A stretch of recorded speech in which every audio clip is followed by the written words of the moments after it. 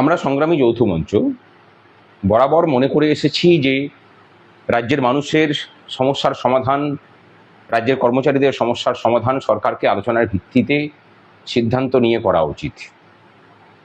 সরকার শুনুক নাগরিকদের কথা, সরকার শুনুক তার কর্মচারীদের কথা, সেখান থেকেই সমস্যার সমাধান উঠে আসুক।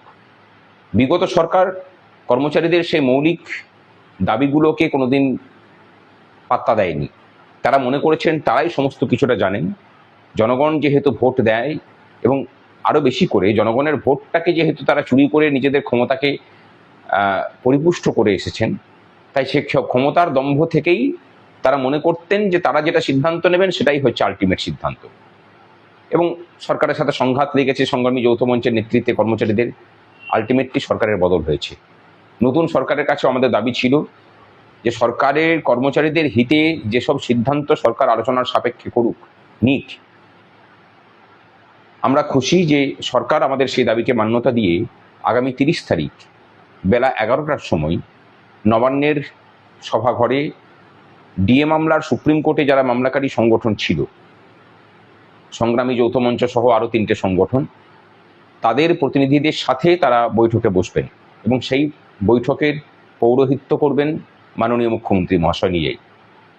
আমরা আশা করি যে সেই বৈঠকের হাত ধরেই কর্মচারীদের সাথে সরকারের যে মেলবন্ধন, যে একটা হারমোনাইজ সিস্টেম তৈরি হওয়া, সেটা তৈরি হবে এবং শুধু কর্মচারীদের সমস্যার সমাধান নয়, রাজ্যের মানুষের যে সমস্যা, সেই সমস্যার সমাধানের ক্ষেত্রেও কর্মচারীরা গুরুত্বপূর্ণ ইনপুট দিতে পারবেন। যদিও বৈঠকটা সুপ্রিম কোর্টের ডিএ মামলা কেন্দ্রিক, তথাপি আমরা চাইব যে সেই বৈঠকে অস্থায়ী পদে নিয়োগ, মানে অস্থায়ীদের স্থায়ীকরণের বিষয়, শূন্য পদে নিয়োগের বিষয়গুলোকেও যেন সরকার আমাদের কাছ থেকে তার ফিডব্যাক নিয়ে শোনে, কারণ এগুলোও খুব গুরুত্বপূর্ণ।